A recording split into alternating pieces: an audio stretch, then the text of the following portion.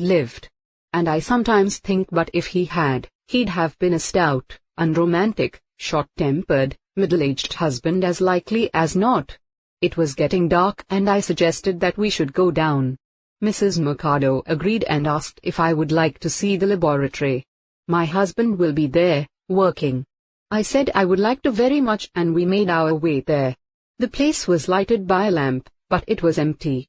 Mrs. Mercado showed me some of the apparatus and some copper ornaments that were being treated, and also some bones coated with wax. "Where can Joseph be?" said Mrs. Mercado. She looked into the drawing office, where Carey was at work. He hardly looked up as we entered, and I was struck by the extraordinary look of strain on his face. It came to me suddenly, this man is at the end of his tether. Very soon, something will snap. And I remembered somebody else had noticed that same tenseness about him. As we went out again I turned my head for one last look at him. He was bent over his paper, his lips pressed very closely together, and that death's head suggestion of his bones very strongly marked. Perhaps. 62. Murder in Mesopotamia. It was fanciful, but I thought that he looked like a knight of old who was going into battle and knew he was going to be killed. And again I felt what an extraordinary and quite unconscious power of attraction he had. We found Mr. Mercado in the living room. He was explaining the idea of some new process to Mrs. Lubna. She was sitting on a straight wooden chair, embroidering flowers in fine silks, and I was struck anew by her strange, fragile, unearthly appearance. She looked a fairy creature more than flesh and blood. Mrs. Mercado said, her voice high and shrill, "Oh, there you are, Joseph. We thought we'd find you in the lab." He jumped up looking startled and confused, as though her entrance had broken a spell. He said stammeringly, I must go now. I'm in the middle of dash." He didn't complete the sentence but turned towards the door.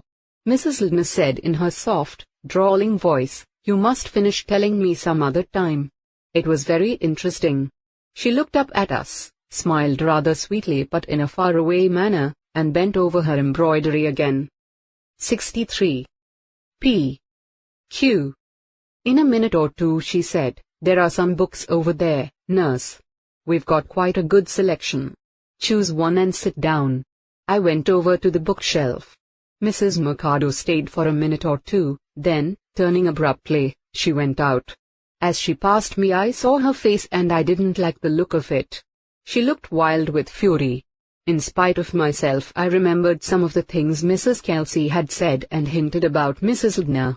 I didn't like to think they were true because I liked Mrs. Lubna, but I wondered, nevertheless, if there mightn't perhaps be a grain of truth behind them. I didn't think it was all her fault, but the fact remained that dear ugly Miss Johnson, and that common little spitfire Mrs. Mercado, couldn't hold a candle to her in looks or in attraction. And after all, men are men all over the world. You soon see a lot of that in my profession. Mercado was a poor fish, and I don't suppose Mrs. Lubna really cared two hoots for his admiration, but his wife cared. If I wasn't mistaken, she minded badly and would be quite willing to do Mrs. Lubna a bad turn if she could. I looked at Mrs. Lubna sitting there and sewing at her pretty flowers, so remote and far away and aloof. I felt somehow I ought to warn her. I felt that perhaps she didn't know how stupid and unreasoning and violent. 64. Murder in Mesopotamia.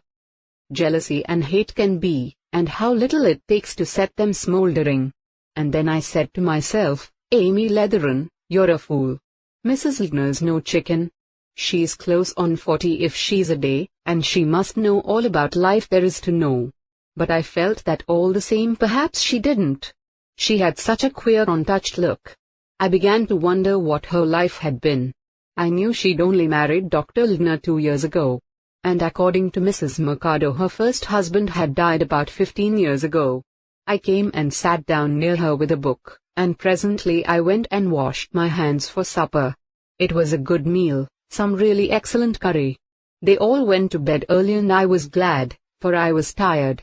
Dr. Lubna came with me to my room to see I had all I wanted.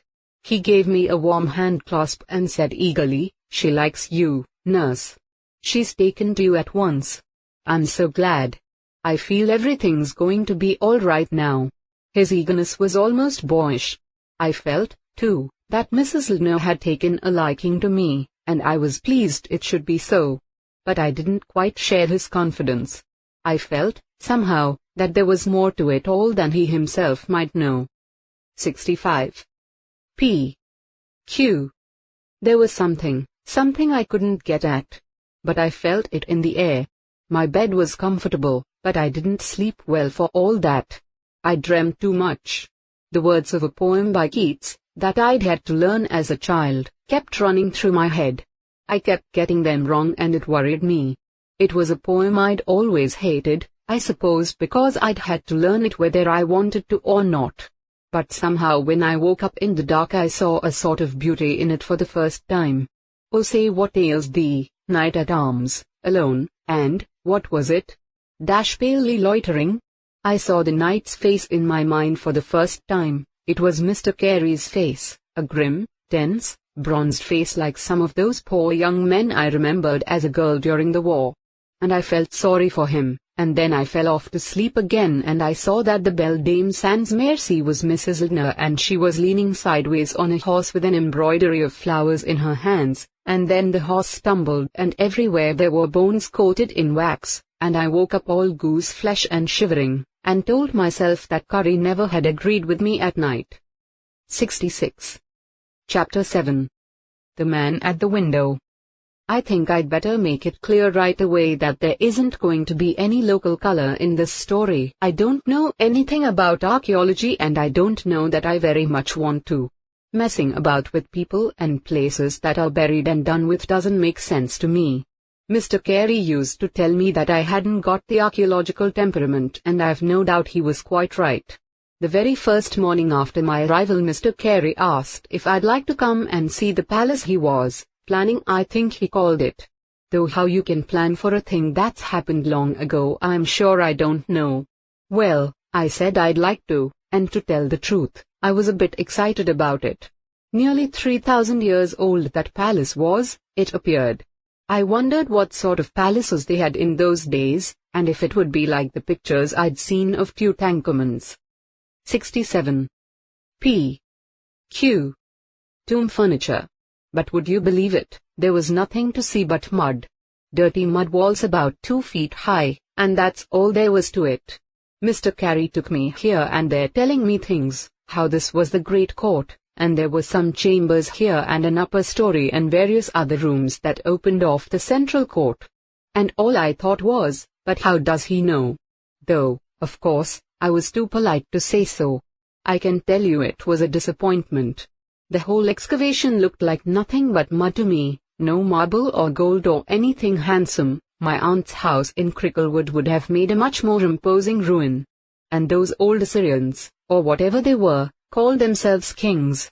When Mr. Carey had shown me his old palaces, he handed me over to Father Lavigne, who showed me the rest of the mound.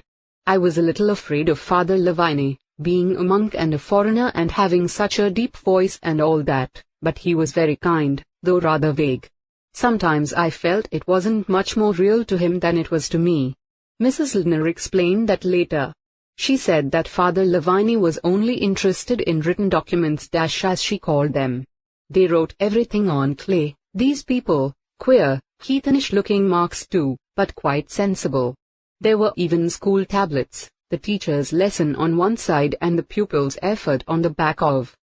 68. Murder in Mesopotamia. I confess that did interest me rather, it seemed so human, if you know what I mean. Father Lavigne walked round the work with me and showed me what were temples or palaces and what were private houses, and also a place which he said was an early Akkadian cemetery. He spoke in a funny jerky way, just throwing in a scrap of information and then reverting to other subjects. He said, "It is strange that you have come here. Is Mrs. Lindner really ill, then?" "Not exactly ill," I said cautiously. He said, "She is an odd woman. A dangerous woman, I think." "Now what do you mean by that?" I said. "Dangerous? How dangerous?" He shook his head thoughtfully. "I think she is ruthless," he said. "Yes, I think she could be absolutely ruthless." If you'll excuse me, I said, I think you're talking nonsense. He shook his head. You do not know women as I do, he said. And that was a funny thing, I thought, for a monk to say.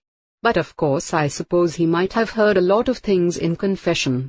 But that rather puzzled me, because I wasn't sure if monks heard confessions or if it was only priests. I supposed he was a monk with that. 69. P. Q. Long woolen robe, all sweeping up the dirt, and the rosary and all. Yes, she could be ruthless, he said musingly. I am quite sure of that. And yet, though she is so hard, like stone, like marble, yet she is afraid. What is she afraid of? That, I thought, is what we should all like to know. At least it was possible that her husband did know, but I didn't think anyone else did. He fixed me with a sudden bright, dark eye. It is odd here? You find it odd? Or quite natural? Not quite natural, I said, considering. It's comfortable enough as far as the arrangements go, but there isn't quite a comfortable feeling. It makes me uncomfortable. I have the idea he became suddenly a little more foreign that something prepares itself. Dr. Ldner, too, he is not quite himself. Something is worrying him also. His wife's health? That perhaps. But there is more. There is, how shall I say it, an uneasiness. And that was just it, there was an uneasiness. We didn't say any more just then, for Dr. Ldner came towards us. He showed me a child's grave that had just been uncovered. Rather pathetic it was, the little bones, and a pot or two and some little specks that Dr. Ldner told me were a bead necklace. 70. Murder in Mesopotamia. It was the workmen that made me laugh. You never saw such a lot of scarecrows, all in long petticoats and rags, and their heads tied up as though they had toothache. And every now and then, as they went to and fro carrying away baskets of earth, they began to sing. At least I suppose it was meant to be singing, a queer sort of monotonous chant that went on and over again.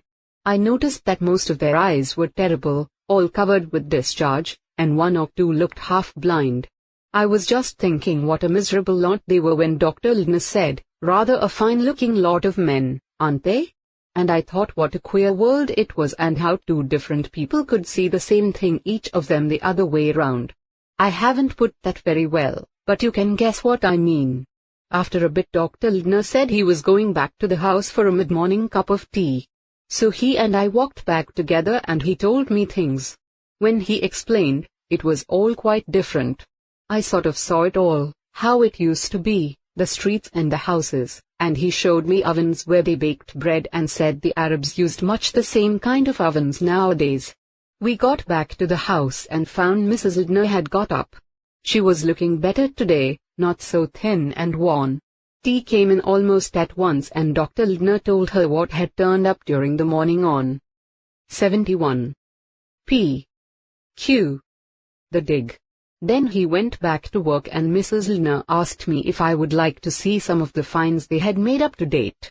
Of course I said yes, so she took me through into the anteroom. There was a lot of stuff lying about, mostly broken pots it seemed to me, or else ones that were all mended and stuck together. The whole lot might have been thrown away, I thought. Dear, I said, it's a pity they're all so broken, isn't it? Are they really worth keeping? Mrs. Ldner smiled a little and she said, you mustn't let Eric hear you. Pots interest him more than anything else, and some of these are the oldest things we have, perhaps as much as 7,000 years old. And she explained how some of them came from a very deep cut on the mound down towards the bottom, and how, thousands of years ago, they had been broken and mended with bitumen, showing people prized their things just as much then as they do nowadays. And now, she said, we'll show you something more exciting. And she took down a box from the shelf and showed me a beautiful gold dagger with dark blue stones in the handle. I exclaimed with pleasure. Mrs. Ldner laughed. 72. Murder in Mesopotamia. Yes, everybody likes gold. Except my husband. Why doesn't Dr. Ldner like it? Well, for one thing it comes expensive. You have to pay the workman who find it the weight of the object in gold. Good gracious! I exclaimed. But why? Oh, it's a custom. For one thing, it prevents them from stealing. You see, if they did steal, it wouldn't be for the archaeological value but for the intrinsic value. They could melt it down. So we make it easy for them to be honest. She took down another tray and showed me a really beautiful gold drinking cup with a design of ram's heads on it. Again I exclaimed, "Yes, it is beautiful, isn't it? These came from a prince's grave. We found other royal graves but most of them had been plundered. This cup is our best find. It is one of the most lovely ever found anywhere. Early Akkadian. Unique." Suddenly, with a frown, Mrs. Lindner brought the cup up close to her eyes and scratched at it delicately with her nail. "How extraordinary. There's actually wax on it. Someone must have been in here with a candle." She detached the little flake and replaced the cup in its place. 73. P. Q. After that she showed me some queer little terracotta figurines, but most of them were just rude. Nasty minds those old people had, I say. When we went back to the porch, Mrs. Mercado was sitting polishing her nails. She was holding them out in front of her, admiring the effect. I thought myself that anything more hideous than that orange red could hardly have been imagined. Mrs. Lindner had brought with her from the antique room a very delicate little saucer broken in several pieces, and this she now proceeded to join together. I watched her for a minute or two and then asked if I could help. "Oh, yes, there are plenty more." She fetched quite a supply of broken pottery and we set to work. I soon got into the hang of it and she praised my ability. "I suppose most nurses are handy with their fingers." "How busy everybody is," said Mrs. Mercado. "It makes me feel dreadfully idle." "Of course I am idle. Why shouldn't you be if you like?" said Mrs. Lindner. Her voice was quite uninterested. At 12 we had lunch. Afterwards Dr. Lindner and Mr. Mercado cleaned some pottery, pouring a solution of hydrochloric acid over it. One pot went a lovely plum color and a pattern of bull's horns came out on another one. It was really quite magical. All the dried. 74. Murder in Mesopotamia.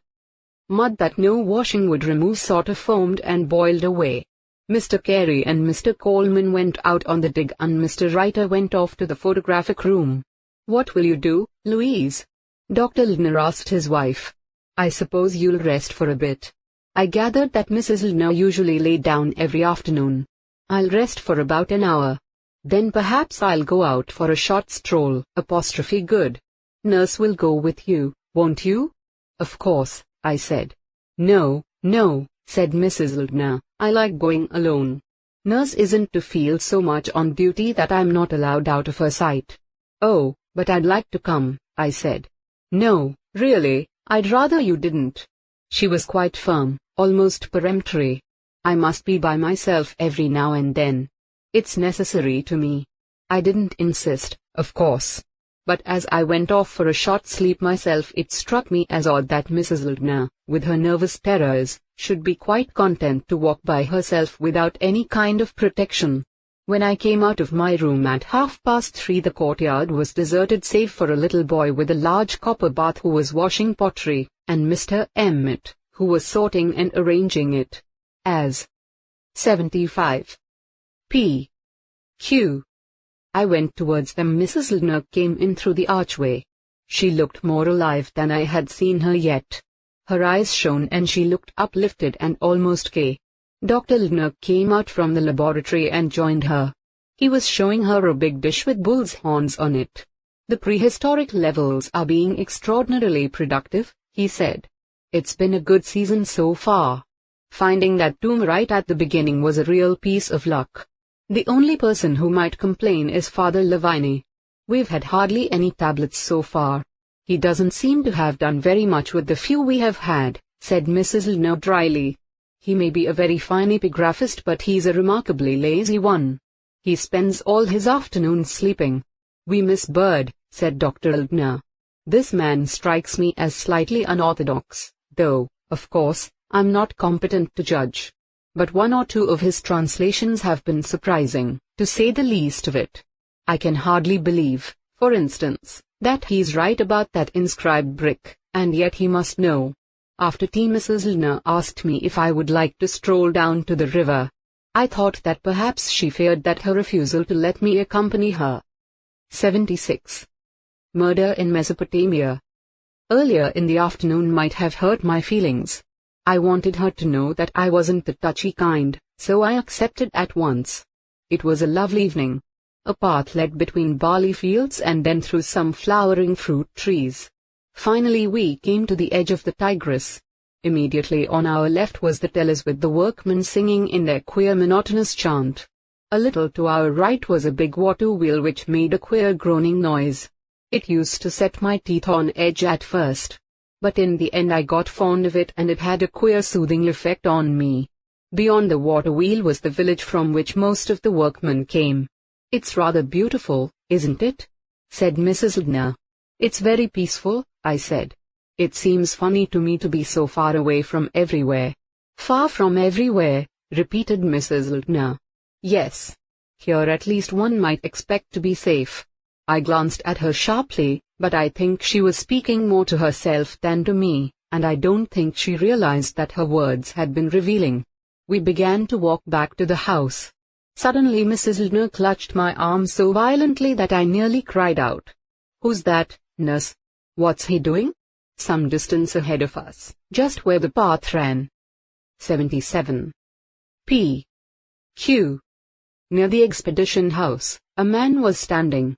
He wore European clothes and he seemed to be standing on tiptoe and trying to look in at one of the windows. As we watched he glanced round, caught sight of us, and immediately continued on the path towards us. I felt Mrs. Ldner's clutch tighten. "Nurse," she whispered. "Nurse." "It's all right, my dear, it's all right," I said reassuringly. The man came along and passed us. He was an Iraqi, and as soon as she saw him near to, Mrs. Ldner relaxed with a sigh. "He's only an Iraqi after all," she said. We went on our way. I glanced up at the windows as I passed. Not only were they barred, but they were too high from the ground to permit of anyone seeing in, for the level of the ground was lower here than on the inside of the courtyard. "It must have been just curiosity," I said. Mrs. Ldner nodded. "That's all." But just for a minute I thought she broke off. I thought to myself. "You thought what?" "That's what I'd like to know." "What did you think?" But I knew one thing now, that Mrs. Ldner was afraid of a definite flesh and blood person. 78. Chapter 8. Night Alarm. It's a little difficult to know exactly what to note in the week that followed my arrival at Tel Yarimja. Looking back as I do from my present standpoint of knowledge, I can see a good many little signs and indications that I was quite blind to at the time. To tell the story properly, however, I think I ought to try to recapture the point of view that I actually held, puzzled, uneasy and increasingly conscious of something wrong.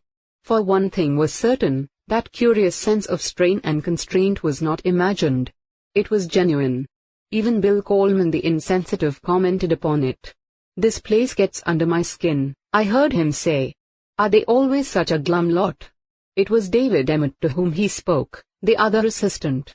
I had taken rather a fancy to Mr. Emmett. His taciturnity was not, I felt sure, unfriendly. There was 79. P. Q. Something about him that seemed very steadfast and reassuring in an atmosphere where one was uncertain what anyone was feeling or thinking. "No," he said in answer to Mr. Coleman. "It wasn't like this last year." But he didn't enlarge on the theme, or say any more. "What I can't make out is what it's all about," said Mr. Coleman in an aggrieved voice. Emmett shrugged his shoulders but didn't answer. I had a rather enlightening conversation with Miss Johnson. I liked her very much. She was capable, practical and intelligent. She had, it was quite obvious, a distinct hero worship for Dr. Ldner. On this occasion she told me the story of his life since his young days. She knew every site he had dug, and the results of the dig. I would almost dare swear she could quote from every lecture he had ever delivered. She considered him, she told me, quite the finest field archaeologist living. And he's so simple. So completely unworldly. He doesn't know the meaning of the word conceit. Only a really great man could be so simple. "That's true enough," I said. "Big people don't need to throw their weight about." And he's so light-hearted too. I can't tell you what fun we used to have, he and Richard Carey and I dash. 80. Murder in Mesopotamia. The first years we were out here, we were such a happy party. Richard Carey worked with him in Palestine, of course. Theirs is a friendship of 10 years or so. Oh, well, I've known him for 7. What a handsome man Mr. Carey is, I said. Yes, I suppose he is. She said it rather curtly. But he's just a little bit quiet, don't you think? He used to be like that, said Miss Johnson quickly. It's only since dash she stopped abruptly. Only since dash? I prompted. Oh, well. Miss Johnson gave a characteristic motion of her shoulders. A good many things are changed nowadays. I didn't answer.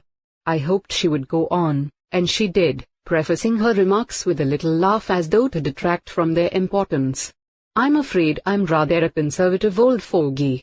I sometimes think that if an archaeologist's wife isn't really interested, it would be wiser for her not to accompany the expedition. It often leads to friction. Mrs. Mercado dash I suggested. Oh, her. Miss Johnson brushed the suggestion aside. I was really thinking of Mrs. Lindner. She is a very charming woman, and one can quite understand why Dr. Lindner fell for her, to use a slang term. 81. P. Q. But I can't help feeling she's out of place here. It unsettles things. So Miss Johnson agreed with Mrs. Kelsey that it was Mrs. Lindner who was responsible for the strained atmosphere. But then where did Mrs. Lindner's own nervous fears come in? It unsettles him, said Miss Johnson earnestly. Of course I'm like a faithful but jealous old dog. I don't like to see him so worn out and worried. His whole mind ought to be on the work, not taken up with his wife and her silly fears. If she's nervous of coming to out-of-the-way places, she ought to have stayed in America. I've no patience with people who come to a place and then do nothing but grouse about it. And then, a little fearful of having said more than she meant to say, she went on, of course I admire her very much. She's a lovely woman and she's got great charm of manner when she chooses. And there the subject dropped. I thought to myself that it was always the same way, wherever women are cooped up together, there's bound to be jealousy. Miss Johnson clearly didn't like her chief's wife, that was perhaps natural, and unless I was much mistaken Mrs. Mercado fairly hated her. Another person who didn't like Mrs. Lindner was Sheila Riley. She came out once or twice to the dig, once in a car and twice with some young man on a 82. Murder in Mesopotamia. Horse, on 2 horses I mean, of course. It was at the back of my mind that she had a weakness for the silent young American, Emmett. When he was on duty at the dig she used to stay talking to him, and I thought, too, that he admired her. One day, rather injudiciously, I thought, Mrs. Lindner commented upon it at lunch. The Riley girl is still hunting David down, she said with a little laugh. Poor David, she chases you up on the dig even. How foolish girls are. Mr. Emmett didn't answer, but under his tan his face got rather red. He raised his eyes and looked right into hers with a very curious expression, a straight, steady glance with something of a challenge in it. She smiled very faintly and looked away. I heard Father Lavigne murmur something, but when I said pardon, he merely shook his head and did not repeat his remark. That afternoon Mr. Coleman said to me, matter of fact I didn't like Mrs. L. any too much at first. She used to jump down my throat every time I opened my mouth, but I've begun to understand her better now. She's one of the kindest women I've ever met. You find yourself telling her all the foolish scrapes you ever got into before you know where you are. She's got her knife into Sheila Riley, I know, but then Sheila's been damned rude to her once or twice. That's the 83. P. Q. Worst of Sheila, she's got no manners. And a temper like the devil. That I could well believe. Dr. Riley spoilt her. Of course she's bound to get a bit full of herself, being the only young woman in the place. But that doesn't excuse her talking to Mrs. Lindner as though Mrs. Lindner were her great-aunt. Mrs. L.'s not exactly a chicken, but she's a damned good-looking woman. rather like those fairy women who come out of marshes with lights and lure you away. He added bitterly, you wouldn't find Sheila luring anyone. All she does is to tick a fellow off. I only remember 2 other incidents of any kind of significance. One was when I went to the laboratory to fetch some acetone to get the stickiness off my fingers from mending the pottery. Mr. Mercado was sitting in a corner, his head was laid down on his arms and I fancied he was asleep. I took the bottle I wanted and went off with it. That evening, to my great surprise, Mrs. Mercado tackled me. Did you take a bottle of acetone from the lab? Yes, I said. I did. You know perfectly well that there's a small bottle always kept in the anteroom. She spoke quite angrily. 84. Murder in Mesopotamia. Is there? I didn't know. I think you did. You just wanted to come spying round. I know what hospital nurses are. I stared at her. I don't know what you're talking about, Mrs. Mercado, I said with dignity. I'm sure I don't want to spy on anyone. Oh, no. Of course not. Do you think I don't know what you're here for? Really, for a minute or two I thought she must have been drinking. I went away without saying any more. But I thought it was very odd. The other thing was nothing very much. I was trying to entice a pie dog pup with a piece of bread. It was very timid, however, like all Arab dogs, and was convinced I meant no good. It slunk away and I followed it, out through the archway and round the corner of the house. I came round so sharply that before I knew I had cannoned into Father Lavigne and another man who was standing together, and in a minute I realized that the second man was the same one Mrs. Lina and I had noticed that day trying to peer through the window.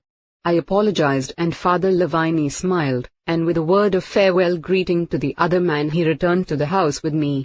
You know, he said. I am very ashamed. I'm a 85. P. Q.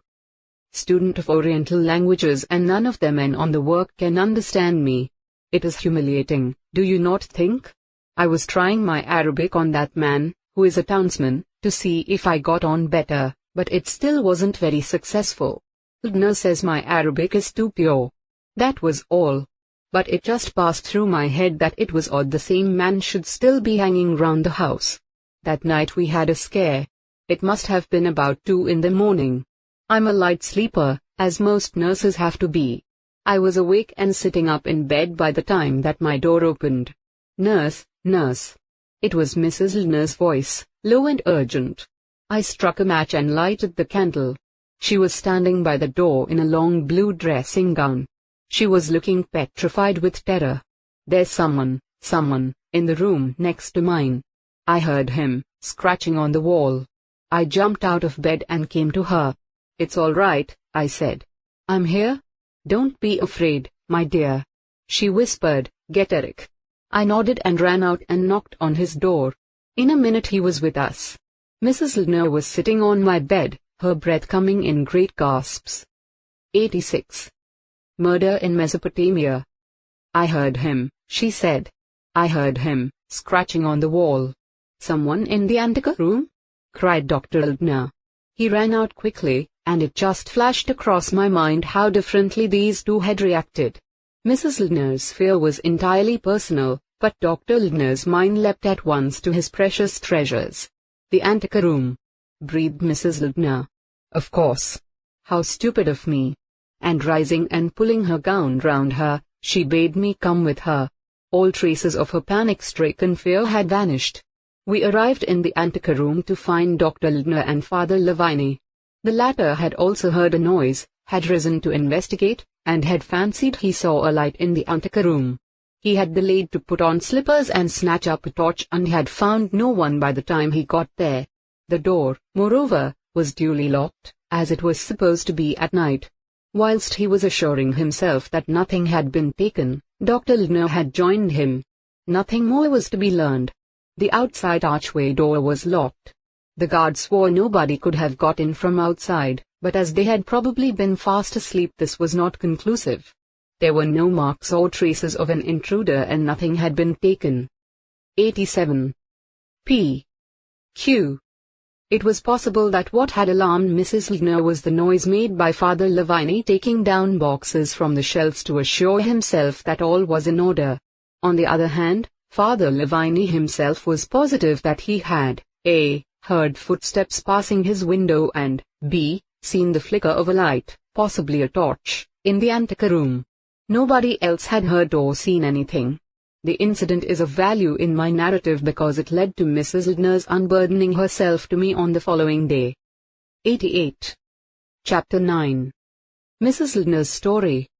We had just finished lunch. Mrs. Lindner went to her room to rest as usual.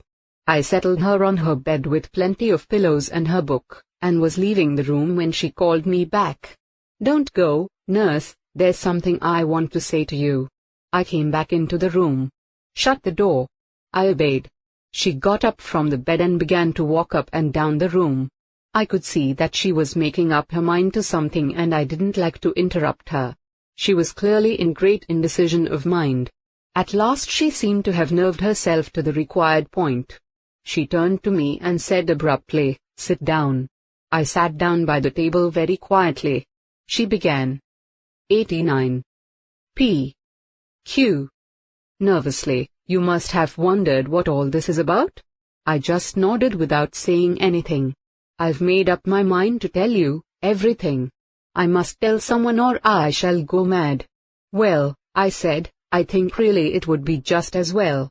It's not easy to know the best thing to do when one's kept in the dark." She stopped in her uneasy walk and faced me. "Do you know what I'm frightened of?" "Some man," I said. "Yes, but I didn't say whom." I said what. I waited. She said, "I'm afraid of being killed." Well, it was out now. I wasn't going to show any particular concern. She was near enough to hysterics as it was. "Dear me," I said. "So that's it, is it?" Then she began to laugh. She laughed, and the tears ran down her face. "The way you said that," she gasped. "The way you said it." Now, I said. "This won't do." I spoke sharply. I pushed her into a chair, went over to the washstand and got a cold sponge and bathed her forehead and wrists. "No more nonsense," I said. "Tell me calmly and sensibly all about it." 90. Murder in Mesopotamia. That stopped her. She sat up and spoke in her natural voice. "You're a treasure, nurse," she said. "You make me feel as though I'm 6. I'm going to tell you." "That's right," I said. "Take your time and don't hurry." She began to speak, slowly and deliberately. "When I was a girl of 20 I married a young man in one of our state departments. It was in 1918. "I know," I said. "Mrs. Mercado told me. He was killed in the war." But Mrs. Lindner shook her head. "That's what she thinks. That's what everybody thinks. The truth is something different. I was a queer, patriotic, enthusiastic girl, nurse, full of idealism. When I'd been married a few months I discovered, by a quite unforeseeable accident, that my husband was a spy in German pay. I learned that the information supplied by him had led directly to the sinking of an American transport and the loss of hundreds of lives. I don't know what most people would have done. But I'll tell you what I did. I went straight to my father, who was in the War Department, and told him the truth. Frederick was killed in the war, but he was killed in America, shot as a spy." "Oh dear, dear," I ejaculated. "How terrible." "Yes," she said. "It was terrible. He was so kind, too. 91. P. Q. So gentle. And all the time. But I never hesitated. Perhaps I was wrong. It's difficult to say," I said. "I'm sure I don't know what one would do. What I'm telling you was never generally known outside the State Department. Ostensibly my husband had gone to the front and had been killed. I had a lot of sympathy and kindness shown me as a war widow." Her voice was bitter and I nodded comprehendingly. "Lots of people wanted to marry me, but I always refused. I'd had too bad a shock. I didn't feel I could ever trust anyone again." "Yes, I can imagine feeling like that. And then I became very fond of a certain young man." I wavered. "An amazing thing happened. I got an anonymous letter, from Frederick, saying that if I ever married another man, He'd kill me. From Frederick? From your dead husband? Yes. Of course, I thought at first I was mad or dreaming. At last I went to my father. He told me the truth. My husband hadn't been shot after all. He'd escaped, but his escape did him no good. He was involved in a train wreck a few weeks later and his dead body was found amongst others. My father had kept the fact of his escape from me, and since the man had died anyway he had seen no reason to tell me anything until now. 92. Murder in Mesopotamia. But the letter I received opened up entirely new possibilities. Was it perhaps a fact that my husband was still alive? My father went into the matter as carefully as possible, and he declared that as far as one could humanly be sure the body that was buried as Frederick's was Frederick's. There had been a certain amount of disfiguration, so that he could not speak with absolute cast-iron certainty, but he reiterated his solemn belief that Frederick was dead and that this letter was a cruel and malicious hoax. The same thing happened more than once. If I seemed to be on intimate terms with any man, I would receive a threatening letter. In your husband's handwriting? She said slowly, that is difficult to say. I had no letters of his. I had only my memory to go by. There was no allusion or special form of words used that could make you sure. No. There were certain terms, nicknames, for instance, private between us. If one of those had been used or quoted, then I should have been quite sure. Yes, I said thoughtfully. That is odd. It looks as though it wasn't your husband. But is there anyone else it could be? There is a possibility. Frederick had a younger brother, a boy of 10 or 12 at the time of our 93. P. Q. Marriage. He worshipped Frederick and Frederick was devoted to him. What happened to this boy, William his name was, I don't know. It seems to me possible that, adoring his brother as fanatically as he did, he may have grown up regarding me as directly responsible for his death. He had always been jealous of me and may have invented this scheme by way of punishment. It's possible, I said. It's amazing the way children do remember if they've had a shock. I know. This boy may have dedicated his life to revenge. Please go on. There isn't much more to tell. I met Eric 3 years ago. I meant never to marry. Eric made me change my mind. Right up to our wedding day I waited for another threatening letter. None came. I decided that whoever the writer might be, he was either dead, or tired of his cruel sport. 2 days after our marriage I got this. Drawing a small attaché case which was on the table towards her, she unlocked it, took out a letter and handed it to me. The ink was slightly faded. It was written in a rather womanish hand with a forward slant. You have disobeyed. Now you cannot escape. You must be Frederick Bosner's wife only. You have got to die. I was frightened, but not so much as I might have. 94. Murder in Mesopotamia. Been to begin with. Being with Eric made me feel safe. Then, a month later, I got a second letter. I have not forgotten. I'm making my plans. You have got to die. Why did you disobey? Does your husband know about this? Mrs. Lindner answered slowly. He knows that I am threatened. I showed him both letters when the second one came. He was inclined to think the whole thing a hoax. He thought also that it might be someone who wanted to blackmail me by pretending my first husband was alive. She paused and then went on. A few days after I received the second letter we had a narrow escape from death by gas poisoning. Somebody entered our apartment after we were asleep and turned on the gas. Luckily I woke and smelled the gas in time. Then I lost my nerve. I told Eric how I had been persecuted for years, and I told him that I was sure this madman, whoever he might be, did really mean to kill me. I think that for the first time I really did think it was Frederick.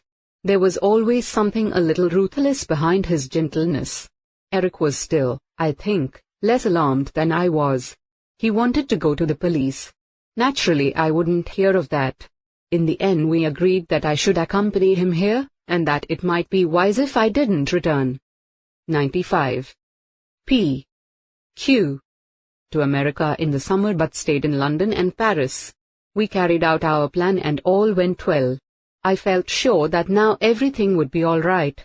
After all, We had put half the globe between ourselves and my enemy. And then, a little over 3 weeks ago, I received a letter, with an Iraq stamp on it. She handed me a third letter. You thought you could escape. You were wrong. You shall not be false to me and live. I have always told you so. Death is coming very soon. And a week ago, this. Just lying on the table here. It had not even gone through the post. I took the sheet of paper from her. There was just one phrase scrawled across it. I have arrived. She stared at me. You see? You understand? He's going to kill me. It may be Frederick, it may be little William, but he's going to kill me. Her voice rose shudderingly. I caught her wrist. Now, I said warningly. Don't give way. We'll look after you. Have you got any sal volatile? She nodded towards the washstand and I gave her a good dose. That's better, I said, as the color returned to her cheeks. 96. Murder in Mesopotamia. Yes, I'm better now. But oh, nurse, do you see why I'm in this state? When I saw that man looking in through my window, I thought, he's come. Even when you arrived I was suspicious. I thought you might be a man in disguise. The idea. Oh, I know it sounds absurd. But you might have been in league with him perhaps, not a hospital nurse at all. But that's nonsense. Yes, perhaps. But I've got beyond sense. Struck by a sudden idea, I said, you'd recognize your husband, I suppose? She answered slowly. I don't even know that. It's over 15 years ago. I mightn't recognize his face. Then she shivered. I saw it one night, but it was a dead face. There was a tap, tap, tap on the window. And then I saw a face, a dead face, ghastly and grinning against the pane. I screamed and screamed. And they said there wasn't anything there. I remembered Mrs. Mercado's story. You don't think, I said hesitatingly, that you dreamt that? I'm sure I didn't. I wasn't so sure. It was the kind of nightmare that 97. P. Q. was quite likely under the circumstances and that easily might be taken for a waking occurrence. However, I never contradict a patient. I soothed Mrs. Lindner as best I could and pointed out that if any stranger arrived in the neighborhood it was pretty sure to be known. I left her, I think, a little comforted, and I went in search of Dr. Lindner and told him of our conversation. I'm glad she told you, he said simply. It has worried me dreadfully. I feel sure that all those faces and tappings on the window pane have been sheer imagination on her part. I haven't known what to do for the best. What do you think of the whole thing? I didn't quite understand the tone in his voice, but I answered promptly enough. It's possible, I said, that these letters may be just a cruel and malicious hoax. Yes, that is quite likely. But what are we to do? They are driving her mad. I don't know what to think. I didn't either. It had occurred to me that possibly a woman might be concerned. Those letters had a feminine note about them. Mrs. Mercado was at the back of my mind. Supposing that by some chance she had learnt the facts of Mrs. Lindner's first marriage? She might be indulging her spite by terrorizing the other woman. I didn't quite like to suggest such a thing to drive. 98. Murder in Mesopotamia. Lindner. It's so difficult to know how people are going to take things. Oh, well, I said cheerfully, we must hope for the best. I think Mrs. Lindner seems happier already from just talking about it. That's always a help, you know. It's bottling things up that makes them get on your nerves. I'm very glad she has told you, he repeated. It's a good sign. It shows she likes and trusts you. I've been at my wit's end to know what to do for the best. It was on the tip of my tongue to ask him whether he'd thought of giving a discreet hint to the local police, but afterwards I was glad I hadn't done so. What happened was this. On the following day Mr. Coleman was going into Hackney to get the workman's pay. He was also taking in all our letters to catch the air mail. The letters, as written, were dropped into a wooden box on the dining room windowsill. Last thing that night Mr. Coleman took them out and was sorting them out into bundles and putting rubber bands round them. Suddenly he gave a shout. What is it? I asked. He held out a letter with a grin. It's our lovely Louise, she really is going balmy. She's addressed a letter to someone at 42nd Street. 99. P. Q. Paris, France. I don't think that can be right, do you? Do you mind taking it to her and asking what she does mean? She's just gone off to bed. I took it from him and ran off to Mrs. Lindner with it, and she amended the address. It was the first time I had seen Mrs. Lindner's handwriting, and I wondered idly where I had seen it before, for it was certainly quite familiar to me. It wasn't till the middle of the night that it suddenly came to me. Except that it was bigger and rather more straggling, it was extraordinarily like the writing on the anonymous letters. New ideas flashed through my head. Had Mrs. Lindner conceivably written those letters herself? And did Dr. Lindner half suspect the fact? 100. Chapter 10. Saturday afternoon. Mrs. Lindner told me her story on a Friday. On the Saturday morning there was a feeling of slight anticlimax in the air. Mrs. Lindner, in particular, was inclined to be very offhand with me and rather pointedly avoided any possibility of a tete-a-tete. Well, that didn't surprise me. I've had the same thing happen to me again and again. Ladies tell their nurses things in a sudden burst of confidence, and then, afterwards, they feel uncomfortable about it and wish they hadn't. It's only human nature. I was very careful not to hint or remind her in any way of what she had told me. I purposely kept my conversation as matter-of-fact as possible. Mr. Coleman had started into Hasnia in the morning, driving himself in the lorry with the letters in a knapsack. He also had 1 or 2 commissions to 101. P. Q. Do for the members of the expedition. It was payday for the men, and he would have to go to the bank and bring out the money in coins of small denominations. All this was a long business, and he did not expect to be back until the afternoon. I rather suspected he might be lunching with Sheila Riley. Work on the dig was usually not very busy on the afternoon of payday, as at 3:30 the paying out began. The little boy, Abdullah, whose business it was to wash pots, was established as usual in the center of the courtyard, and again, as usual, kept up his queer nasal chant. Dr. Lindner and Mr. Emmett were going to put in some work on the pottery until Mr. Coleman returned, and Mr. Carey went up to the dig. Mrs. Lindner went to her room to rest. I settled her as usual and then went to my own room, taking a book with me as I did not feel sleepy. It was then about 1:15, and a couple of hours passed quite pleasantly. I was reading Death in a Nursing Home, really a most exciting story, though I don't think the author knew much about the way nursing homes are run. At any rate, I've never known a nursing home like that.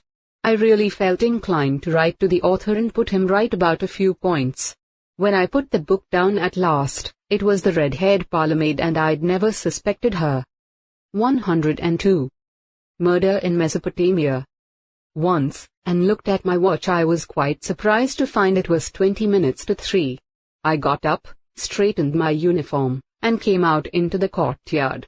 Abdullah was still scrubbing and still singing his depressing chant, and David Emmett was standing by him sorting the scrubbed pots, and putting the ones that were broken into boxes to await mending. I strolled over towards them just as Dr. Lindner came down the staircase from the roof. "Not a bad afternoon," he said cheerfully. "I've made a bit of a clearance up there. Louise will be pleased. She's complained lately that there's not room to walk about. I'll go and tell her the good news." He went over to his wife's door, tapped on it and went in. It must, I suppose, have been about 1.5 minutes later that he came out again. I happened to be looking at the door when he did so. It was like a nightmare. He had gone in a brisk, cheerful man. He came out like a drunken one, reeling a little on his feet, and with a queer dazed expression on his face. "Nurse Dash," he called in a queer, hoarse voice. "Nurse Dash." I saw at once something was wrong, and I ran across to him. He looked awful, his face was all grey and twitching, and I saw he might collapse any minute. "My wife," he said. "My wife. Oh, my God." 103. P. Q. I pushed past him into the room.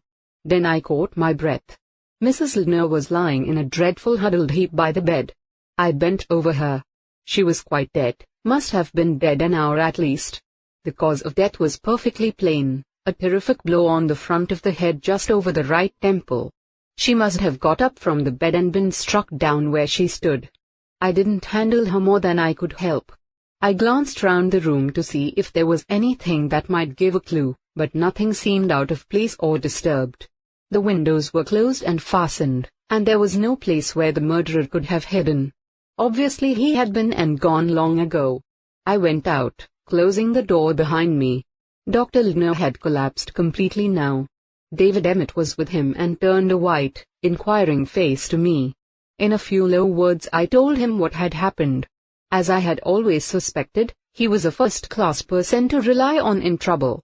He was perfectly calm and self-possessed.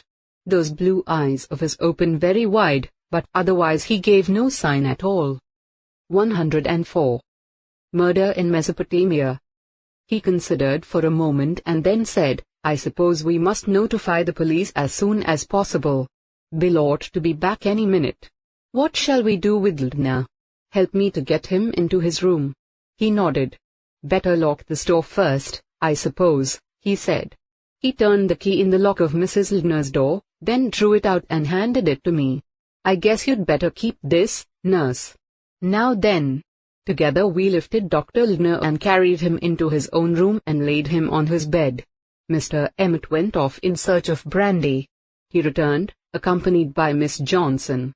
Her face was drawn and anxious, but she was calm and capable, and I felt satisfied to leave Dr. Lindner in her charge. I hurried out into the courtyard. The station wagon was just coming in through the archway. I think it gave us all a shock to see Bill's pink, cheerful face as he jumped out with his familiar hello, hello, hello. Here's the ORF. He went on gaily, no highway robberies. He came to a halt suddenly. I say, is anything up? What's the matter with you all? You look as though the cat had killed your canary. Mr. Emmett said shortly, Mrs. Lindner's dead, killed. 105. P. Q. What? Bill's jolly face changed ludicrously. He stared, his eyes goggling. Mother Lindner dead. You're pulling my leg. Dead? It was a sharp cry. I turned to see Mrs. Mercado behind me. Did you say Mrs. Lindner had been killed? Yes, I said. Murdered. No. She gasped. Oh, no. I won't believe it. Perhaps she's committed suicide. Suicides don't hit themselves on the head, I said dryly. It's murder all right, Mrs. Mercado. She sat down suddenly on an upturned packing case. She said, oh, but this is horrible, horrible. Naturally it was horrible. We didn't need her to tell us so. I wondered if perhaps she was feeling a bit remorseful for the harsh feelings she had harbored against the dead woman, and all the spiteful things she had said. After a minute or two she asked rather breathlessly, what are you going to do? Mr. Emmett took charge in his quiet way. Bill, you'd better get in again to Hasania as quick as you can. I don't know much about the proper procedure. Better get hold of Captain Maitland, he's in charge of the police here, I think. Get Dr. Riley first. He'll know what to do. Mr. Coleman nodded. All the facetiousness was. 106. Murder in Mesopotamia. Knocked out of him. He just looked young and frightened. Without a word he jumped into the station wagon and drove off. Mr. Emmett said rather uncertainly, I suppose we ought to have a hunt round. He raised his voice and called, Ibrahim. Nam. The houseboy came running. Mr. Emmett spoke to him in Arabic. A vigorous colloquy passed between them. The boy seemed to be emphatically denying something. At last Mr. Emmett said in a perplexed voice, he says there's not been a soul here this afternoon. No stranger of any kind. I suppose the fellow must have slipped in without their seeing him. Of course he did, said Mrs. Mercado. He slunk in when the boys weren't looking. Yes, said Mr. Emmett. The slight uncertainty in his voice made me look at him inquiringly. He turned and spoke to the little pot boy, Abdullah, asking him a question. The boy replied vehemently at length. The puzzled frown on Mr. Emmett's brow increased. I don't understand it, he murmured under his breath. I don't understand it at all. But he didn't tell me what he didn't understand. 107. P. Q. Blankpage 108. 108. Chapter 11. An Odd Business. I'm adhering as far as possible to telling only my personal part in the business. I pass over the events of the next 2 hours, the arrival of Captain Maitland and the police and Dr. Riley. There was a good deal of general confusion, questioning, all the routine business, I suppose. In my opinion, we began to get down to brass tacks about 5 o'clock when Dr. Riley asked me to come with him into the office. He shut the door, sat down in Dr. Lindner's chair, motioned me to sit down opposite him, and said briskly, "Now, then, nurse, let's get down to it. There's something damned odd here." I settled my cuffs and looked at him inquiringly. He drew out a notebook. "This is for my own satisfaction. Now, what time was it exactly when Dr. Lindner found his wife's body?" 109. P. Q. "I should say it was almost exactly 2:45, I said. "And how do you know that?" "Well, I looked at my watch when I got up. It was 20 to 3 then. Let's have a look at this watch of yours." I slipped it off my wrist and held it out to him. "Right to the minute. Excellent woman. Good, that's that fixed. Now, did you form any opinion as to how long she'd been dead?" "Oh, really, doctor," I said, "I shouldn't like to say." "Don't be so professional. I want to see if your estimate agrees with mine." "Well, I should say she'd been dead at least an hour." "Quite so. I examined the body at 4:30 and I'm inclined to put the time of death between 1.15 and 1.45. We'll say 1:30 at a guess." "That's near enough." He stopped and drummed thoughtfully with his fingers on the table. "Damned odd, this business," he said. "Can you tell me about it? You were resting, you say. Did you hear anything?" "At 1:30? No, doctor. I didn't hear anything at 1:30 or at any other time. I lay on my bed from 1:45 until 20 to 3 and I didn't." 110. Murder in Mesopotamia. Hear anything except that droning noise the Arab boy makes, and occasionally Mr. Emmett shouting up to Dr. Lindner on the roof. The Arab boy, yes. He frowned. At that moment the door opened and Dr. Lindner and Captain Maitland came in. Captain Maitland was a fussy little man with a pair of shrewd grey eyes. Dr. Riley rose and pushed Dr. Lindner into his chair. "Sit down, man. I'm glad you've come. We shall want you. There's something very queer about this business." Dr. Lindner bowed his head. "I know." He looked at me. "My wife confided the truth to Nurse Leatheran. We mustn't keep anything back at this juncture, nurse, so please tell Captain Maitland and Dr. Riley just what passed between you and my wife yesterday." As nearly as possible I gave our conversation verbatim. Captain Maitland uttered an occasional ejaculation. When I had finished he turned to Dr. Lindner. "And this is all true, Lindner, eh?" "Every word Nurse Leatheran has told you is correct." What an extraordinary story, said Dr. Riley. "You can produce these letters?" 111. P. Q. "I have no doubt they will be found amongst my wife's belongings. She took them out of the attaché case on her table," I said. "Then they are probably still there." He turned to Captain Maitland and his usually gentle face grew hard and stern. "There must be no question of hushing this story up, Captain Maitland.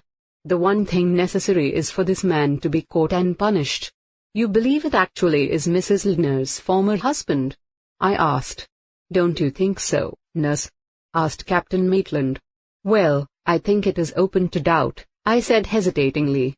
"In any case," said Dr. Lindner, "the man is a murderer, and I should say a dangerous lunatic also.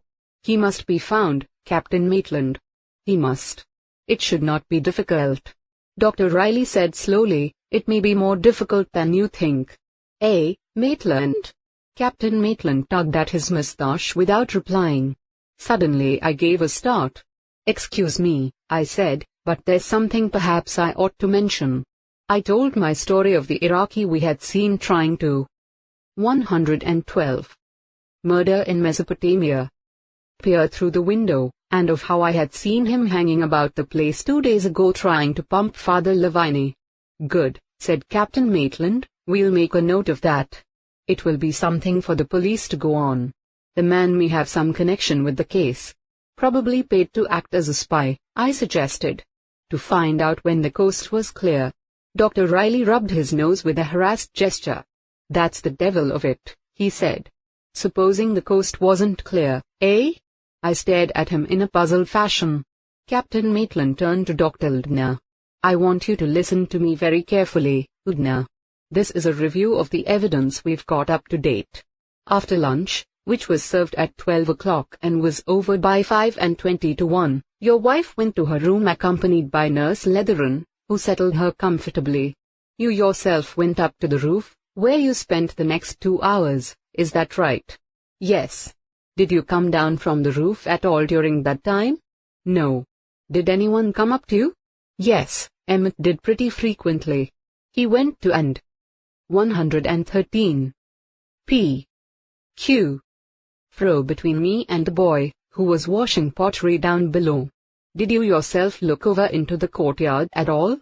Once or twice, usually to call to Emmett about something. On each occasion the boy was sitting in the middle of the courtyard washing pots? Yes. What was the longest period of time when Emmett was with you and absent from the courtyard? Dr. Ldner considered. It's difficult to say, perhaps 10 minutes.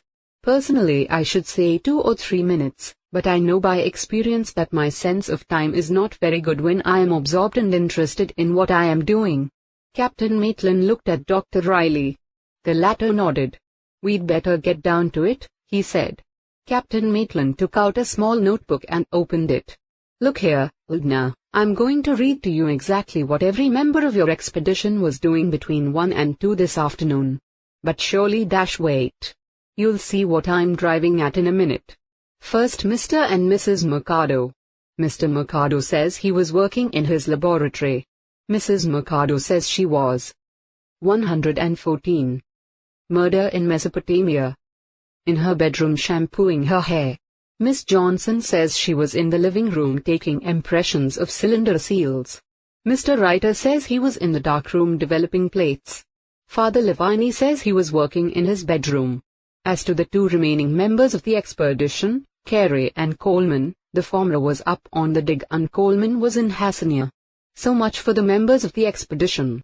Now for the servants. The cook, your Indian chap, was sitting immediately outside the archway chatting to the guard and plucking a couple of fowls. Ibrahim and Manzo, the house boys, joined him there at about 1:15. They both remained there laughing and talking until 2:30, by which time your wife was already dead. Dr. Ldner leaned forward. I don't understand, you puzzle me. What are you hinting at? Is there any means of access to your wife's room except by the door into the courtyard? No. There are 2 windows, but they are heavily barred, and besides, I think they were shut. He looked at me questioningly. They were closed and latched on the inside, I said promptly. In any case, said Captain Maitland, even if they had been open, no one could have entered or left the room that way. My fellows and I have assured ourselves. 115. P. Q. Of that. It is the same with all the other windows giving on the open country. They all have iron bars and all the bars are in good condition.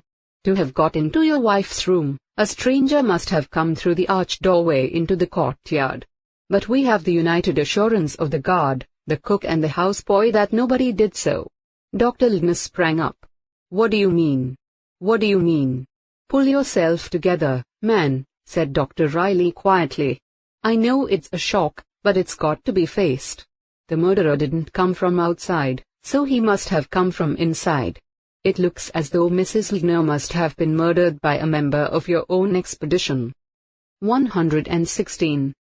Chapter 12. I didn't believe. No. No. Dr. Ldner sprang up and walked up and down in an agitated manner. It's impossible what you say, Riley. Absolutely impossible. One of us? Why, every single member of the expedition was devoted to Louise. A queer little expression pulled down the corners of Dr. Riley's mouth. Under the circumstances it was difficult for him to say anything, but if ever a man's silence was eloquent his was at that minute. Quite impossible, reiterated Dr. Eldner. They were all devoted to her. Louise had such wonderful charm. Everyone felt it. Dr. Riley coughed. Excuse me, Eldner, but after all that's only your opinion. If any member of the expedition had disliked your wife they would naturally not advertise the fact to you. 117. P. Q. Dr. Eldner looked distressed. True, quite true. But all the same, Riley, I think you are wrong. I'm sure everyone was fond of Louise. He was silent for a moment or two and then burst out. This idea of yours is infamous. It's frankly incredible. You can't get away from, the facts, said Captain Maitland. Facts? Facts? Lies told by an Indian cook and a couple of Arab house boys. You know these fellows as well as I do, Riley, so do you, Maitland. Truth as truth means nothing to them. They say what you want them to say as a mere matter of politeness. In this case, said Dr. Riley dryly, they are saying what we don't want them to say. Besides, I know the habits of your household fairly well. Just outside the gate is a kind of social club. Whenever I've been over here in the afternoon I've always found most of your staff there. It's the natural place for them to be. All the same I think you are assuming too much. Why shouldn't this man, this devil, have got in earlier and concealed himself somewhere? I agree that is not actually impossible, said Dr. Riley coolly. Let us assume that a stranger did somehow gain admission unseen. He would have to. 118. Murder in Mesopotamia. Remain concealed until the right moment, and he certainly couldn't have done so in Mrs. Eldner's room. There is no cover there, and take the risk of being seen entering the room and leaving it, with Emmett and the boy in the courtyard most of the time. The boy. I'd forgotten the boy, said Dr. Eldner. A sharp little chap. But surely, Maitland, the boy must have seen the murderer go into my wife's room? We've elucidated that. The boy was washing pots the whole afternoon with one exception. Somehow around 1:30, Emmett can't put it closer than that. He went up to the roof and was with you for 10 minutes. That's right, isn't it? Yes. I couldn't have told you the exact time but it must have been about that. Very good. Well, during that 10 minutes, the boy, seizing his chance to be idle, strolled out and joined the others outside the gate for a chat. When Emmett came down he found the boy absent and called him angrily, asking him what he meant leaving his work.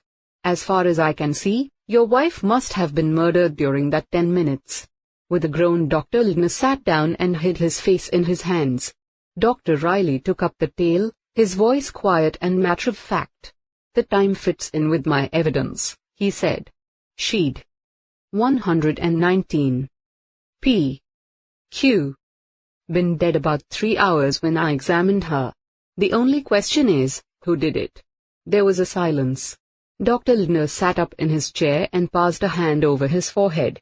I admit the force of your reasoning, Riley, he said quietly. It certainly seems as though it were what people call an inside job. But I feel convinced that somewhere or other there is a mistake. It's plausible but there must be a flaw in it. To begin with, you are assuming that an amazing coincidence has occurred. Odd that you should use that word, said Dr. Riley. Without paying any attention Dr. Eldner went on, my wife receives threatening letters. She has reason to fear a certain person. Then she is killed. And you ask me to believe that she is killed, not by that person, but by someone entirely different. I say that is ridiculous. It seems so, yes, said Riley meditatively. He looked at Captain Maitland. Coincidence, eh? What do you say, Maitland? Are you in favor of the idea? Shall we put it up to Eldner? Captain Maitland gave a nod. Go ahead, he said shortly. Have you ever heard of a man called Hercule Poirot, Eldner? Dr. Eldner stared at him, puzzled. I think I have heard the name, yes, he said vaguely. 120. Murder in Mesopotamia.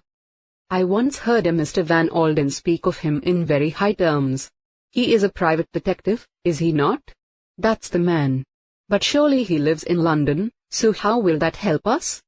He lives in London, true, said Dr. Riley, but this is where the coincidence comes in. He is now, not in London, but in Syria, and he will actually pass through Hassania on his way to Baghdad tomorrow. Who told you this? Jean Derat, the French consul. He dined with us last night and was talking about him. It seems he has been disentangling some military scandal in Syria.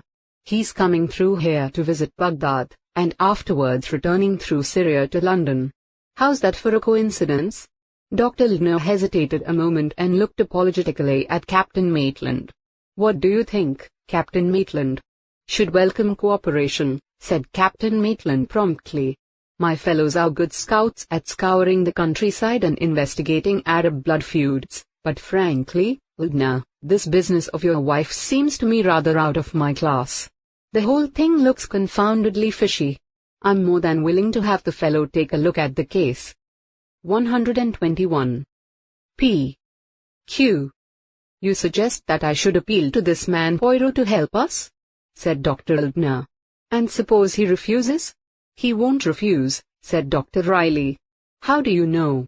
Because I'm a professional man myself. If a really intricate case of, say, cerebrospinal meningitis comes my way and I'm invited to take a hand, I shouldn't be able to refuse. This isn't an ordinary crime, Ldner. No, said Dr. Ldner. His lips twitched with sudden pain. Will you then, Riley, approach this Hercule Poirot on my behalf? I will. Dr. Ldner made a gesture of thanks. Even now, he said slowly, I can't realize it, that Louise is really dead. I could bear it no longer. Oh, Dr. Ldner, I burst out, I can't tell you how badly I feel about this. I've failed so badly in my duty. It was my job to watch over Mrs. Ldner, to keep her from harm. Dr. Ldner shook his head gravely. No, nurse, you've nothing to reproach yourself with, he said slowly. It's I, God forgive me, who am to blame. I didn't believe, all along I didn't believe. I didn't dream for one moment that there was any real danger. He got up. His face twitched. 122. Murder in Mesopotamia. I let her go to her death. Yes, I let her go to her death, not believing he staggered out of the room. Dr. Riley looked at me. I feel pretty culpable too, he said. I thought the good laddie was playing on his nerves. I didn't take it really seriously either, I confessed. We were all three wrong, said Dr. Riley gravely. So it seems, said Captain Maitland. 123. P. Q. BLANKPAGE 124. 124. Chapter 13. Hercule Poirot arrives. I don't think I shall ever forget my first sight of Hercule Poirot. Of course, I got used to him later on, but to begin with it was a shock, and I think everyone else must have felt the same. I don't know what I'd imagined, something rather like Sherlock Holmes, long and lean with a keen, clever face. Of course, I knew he was a foreigner, but I hadn't expected him to be quite as foreign as he was, if you know what I mean. When you saw him you just wanted to laugh. He was like something on the stage or at the pictures. To begin with, he wasn't above 5'5", I should think, an odd, plump little man, quite old, with an enormous moustache, and a head like an egg. He looked like a hairdresser in a comic play. And this was the man who was going to find out who killed Mrs. Ldner. 125. P. Q. I suppose something of my disgust must have shown in my face, for almost straight away he said to me with a queer kind of twinkle, You disapprove of me, Marceau? Remember, the pudding proves itself only when you eat it. The proof of the pudding's in the eating, I suppose he meant. Well, that's a true enough saying, but I couldn't say I felt much confidence myself. Dr. Riley brought him out in his car soon after lunch on Sunday, and his first procedure was to ask us all to assemble together. We did so in the dining room, all sitting round the table. Mr. Poirot sat at the head of it with Dr. Ldner one side and Dr. Riley the other.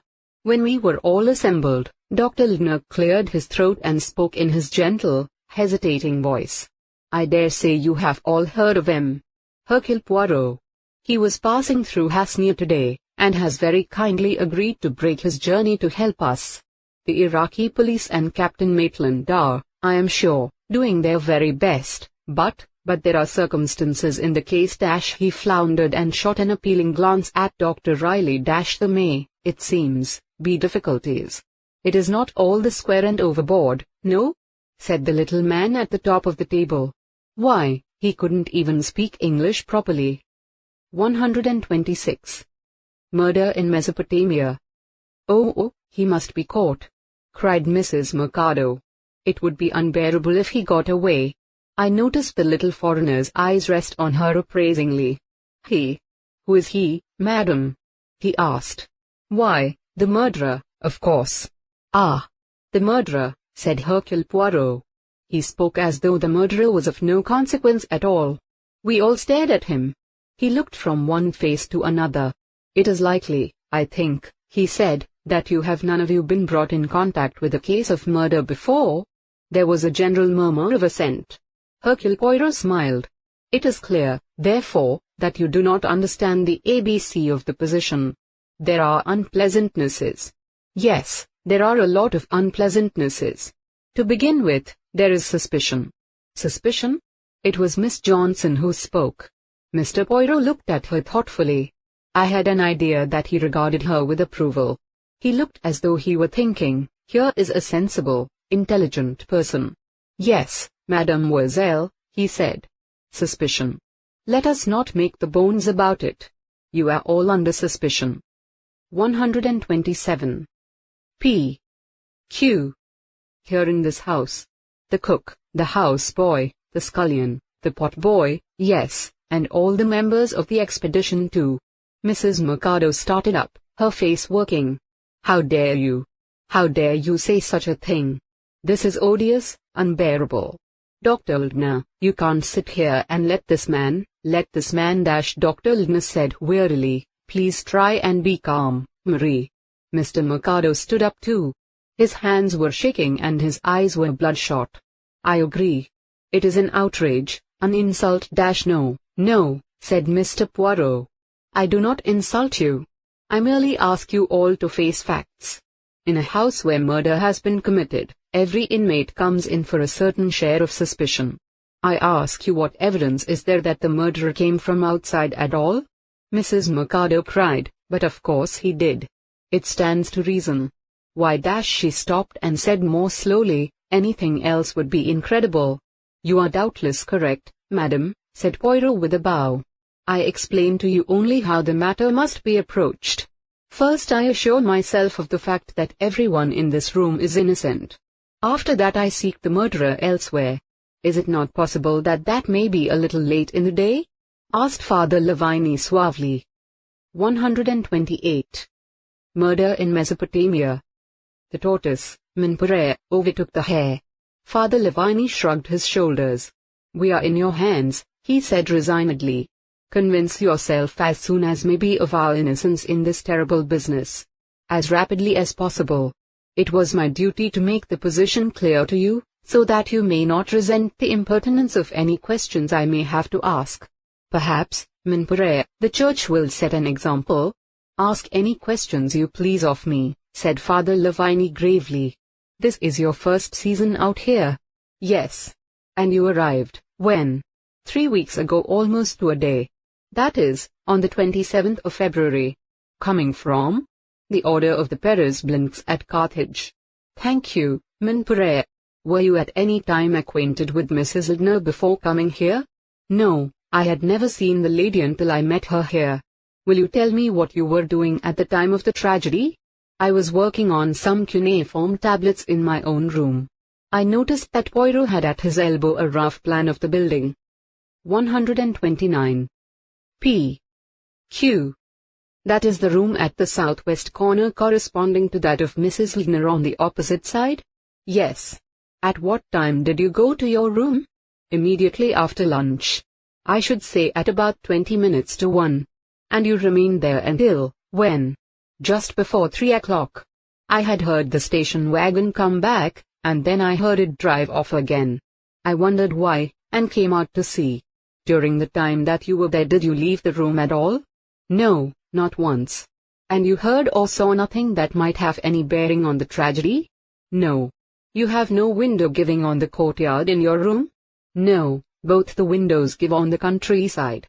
Could you hear at all what was happening in the courtyard? Not very much. I heard Mr. Emmett passing my room and going up to the roof. He did so once or twice. Can you remember at what time? No, I'm afraid I can't. I was engrossed in my work, you see. 130. Murder in Mesopotamia. There was a pause and then Poirot said, "Can you say or suggest anything at all that might throw light on this business? Did you, for instance, notice anything in the days preceding the murder?" Father Lavini looked slightly uncomfortable. He shot a half-questioning look at Dr. Ldner. "That is rather a difficult question, monsieur," he said gravely. "If you ask me, I must reply frankly that in my opinion Mrs. Ldner was clearly in dread of someone or something. She was definitely nervous about strangers. I imagine she had a reason for this nervousness of hers, but I know nothing. She did not confide in me." Poirot cleared his throat and consulted some notes that he held in his hand. "2 nights ago I understand there was a scare of burglary." Father Lavini replied in the affirmative and retailed his story of the light seen in the anteroom and the subsequent futile search.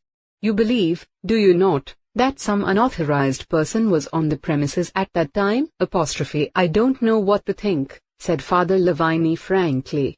"Nothing was taken or disturbed in any way. It might have been one of the houseboys or a member of the expedition? Or a member of the expedition.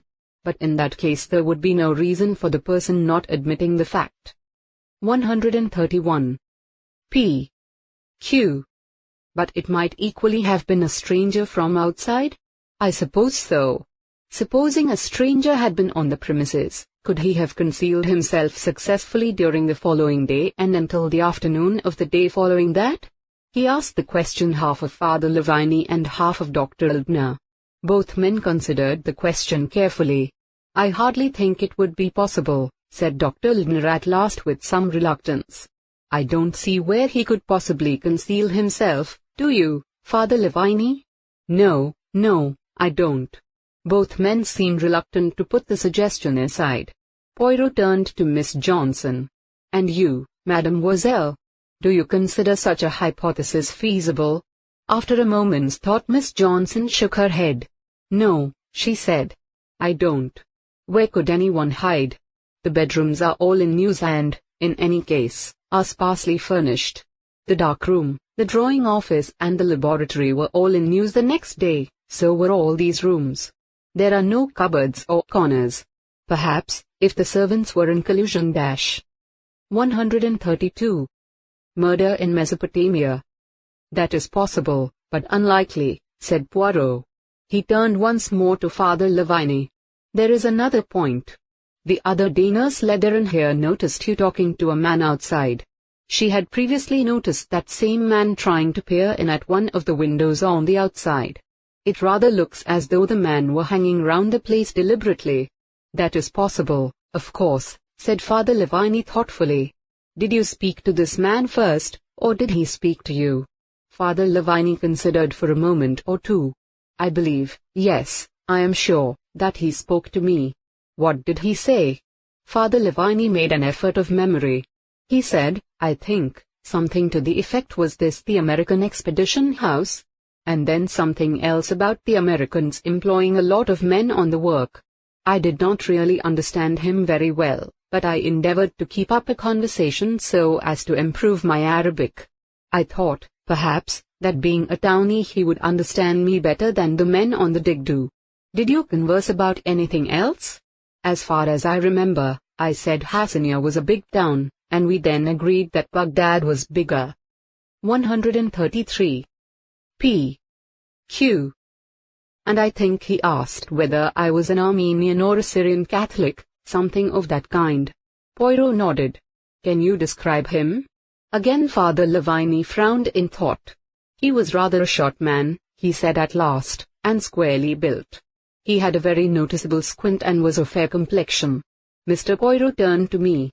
Does that agree with the way you would describe him? he asked. Not exactly, I said hesitatingly. I should have said he was tall rather than short, and very dark complexioned. He seemed to me of a rather slender build. I didn't notice any squint. Mr. Poirot gave a despairing shrug of the shoulders. It is always so. If you were of the police, how well you would know it. The description of the same man by two different people, never does it agree. Every detail is contradicted. I'm fairly sure about the squint, said Father Lavigne. Nurse Leatheran may be right about the other points. By the way, when I said fair, I only meant fair for an Iraqi. I expect Nurse would call that dark. Very dark, I said obstinately. A dirty dark yellow color. I saw Dr. Riley bite his lips and smile. 134. Murder in Mesopotamia. Poirot threw up his hands. Parsons, he said. This stranger hanging about, he may be important, he may not. At any rate he must be found. Let us continue our inquiry. He hesitated for a minute, studying the faces turned towards him round the table, then, with a quick nod, he singled out Mr. Reiter. Come, my friend, he said. Let us have your account of yesterday afternoon. Mr. Reiter's pink, plump face flushed scarlet. Me? He said. Yes, you. To begin with, your name and your age. Carl Reiter, 28. American, yes? Yes, I come from Chicago. This is your first season? Yes. I'm in charge of the photography. Ah, yes. And yesterday afternoon, how did you employ yourself? Well, I was in the darkroom most of the time. Most of the time, eh? Yes. I developed some plates first. Afterwards I was fixing up some objects to photograph. Outside? Oh no, in the photographic room. The dark room opens out of the photographic room. 135. P. Q. Yes. And so you never came outside the photographic room? No. Did you notice anything that went on in the courtyard? The young man shook his head. I wasn't noticing anything, he explained. I was busy. I heard the car come back, and as soon as I could leave what I was doing I came out to see if there was any mail. It was then that I heard. And you began to work in the photographic room, when? At 10 minutes to 1. Were you acquainted with Mrs. Lina before you joined this expedition? The young man shook his head. No, sir. I never saw her till I actually got here. Can you think of anything, any incident, however small, that might help us? Carl Reiter shook his head. He said helplessly, I guess I don't know anything at all, sir. Mr. Emmett. David Emmett spoke clearly and concisely in his pleasant soft American voice. I was working with the pottery from 1:45. 136. Murder in Mesopotamia. Till 2:45, overseeing the boy Abdullah, sorting it, and occasionally going up to the roof to help Dr. Ldna. How often did you go up to the roof? 4 times, I think. For how long? Usually a couple of minutes, not more. But on one occasion after I'd been working a little over half an hour I stayed as long as 10 minutes, discussing what to keep and what to fling away. And I understand that when you came down you found the boy had left his place? Yes. I called him angrily and he reappeared from outside the archway. He had gone out to gossip with the others. That settles the only time he left his work? Well, I sent him up once or twice to the roof with pottery. Poirot said gravely, it is hardly necessary to ask you, Mr. Emmett, whether you saw anyone enter or leave Mrs. Lina's room during that time? Mr. Emmett replied promptly, I saw no one at all. Nobody even came out into the courtyard during the 2 hours I was working. And to the best of your belief it was 1:30 when both you and the boy were absent and the courtyard was empty? 137. P. Q. It couldn't have been far off that time. Of course, I can't say exactly. Poirot turned to Dr. Riley. That agrees with your estimate of the time of death, Doctor? It does, said Dr. Riley. Mr. Poirot stroked his great curled moustaches. I think we can take it, he said gravely, that Mrs. Lina met her death during that 10 minutes.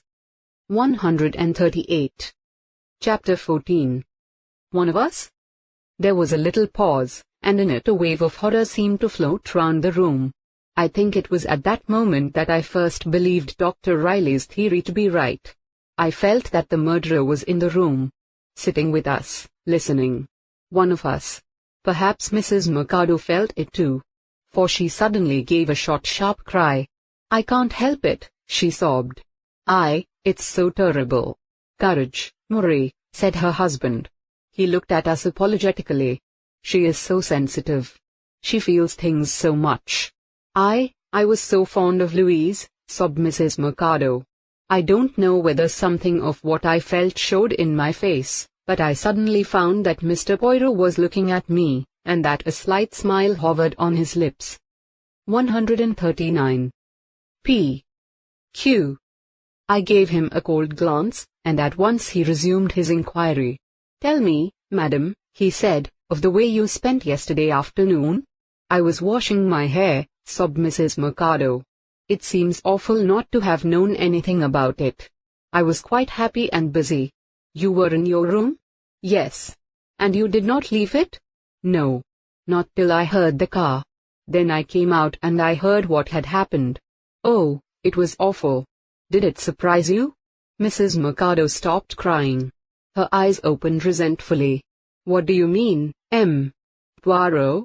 Are you suggesting dash?" "What should I mean, madam? You have just told us how fond you were of Mrs. Lardner. She might, perhaps, have confided in you." "Oh, I see. No, dear Louise never told me anything definite, that is. Of course, I could see she was terribly worried and nervous. And there were those strange occurrences, hands tapping on the windows and all that." "Fancies, I remember you said," I put in, unable to keep silent. 140. Murder in Mesopotamia. I was glad to see that she looked momentarily disconcerted. Once again I was conscious of Mr. Poirot's amused eye glancing in my direction. He summed up in a businesslike way. "It comes to this, madam, you were washing your hair, you heard nothing and you saw nothing. Is there anything at all you can think of that would be a help to us in any way?" Mrs. Mercado took no time to think. "No, indeed there isn't. It's the deepest mystery. But I should say there is no doubt at all that the murderer came from outside." "Why, it stands to reason." Poirot turned to her husband. "And you, monsieur, what have you to say?" Mr. Mercado started nervously. He pulled at his beard in an aimless fashion. Must have been, he said. "Yet how could anyone wish to harm her? She was so gentle, so kind." He shook his head. "Whoever killed her must have been a fiend, yes, a fiend. And you yourself, monsieur, how did you pass yesterday afternoon?" "I?" He stared vaguely. "You were in the laboratory, Joseph," his wife prompted him. 141. P. Q. "Ah, yes, so I was. My usual tasks." "At what time did you go there?" Again he looked helplessly and inquiringly at Mrs. Mercado. "At 10 minutes to 1, Joseph." "Ah, yes, at 10 minutes to 1. Did you come out in the courtyard at all?" "No, I don't think so." He considered.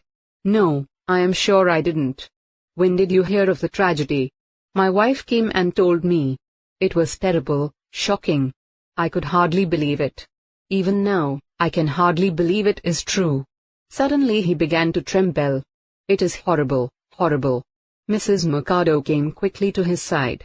Yes, Joseph, we feel that. But we mustn't give way.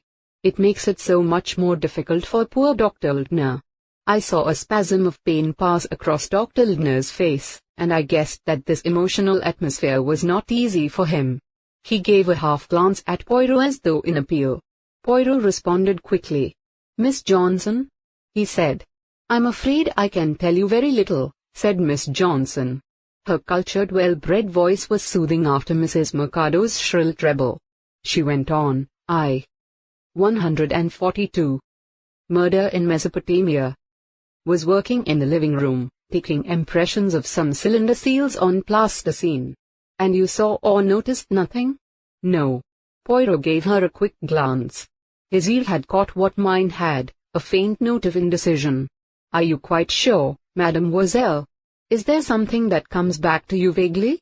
No, not really. Something you saw, shall we say, out of the corner of your eye, hardly knowing you saw it. No, certainly not, she replied positively. Something you heard then? Ah, yes, something you are not quite sure whether you heard or not? Miss Johnson gave a short, vexed laugh. You press me very closely, M. Poirot. I'm afraid you are encouraging me to tell you what I am, perhaps, only imagining. Then there was something you, shall we say, imagined? Miss Johnson said slowly, weighing her words in a detached way. I have imagined, since, that at some time during the afternoon I heard a very faint cry. What I mean is that I dare say I did hear a cry. All the windows in the living room were open and one hears all sorts of sounds from people working in the barley fields. But you see, since, I've got the idea into my 143 P. Q. head that it was Mrs. Lindner I heard. And that's made me rather unhappy. Because if I'd jumped up and run along to her room, well, who knows? I might have been in time. Dr. Riley interposed authoritatively. Now, don't start getting that into your head, he said.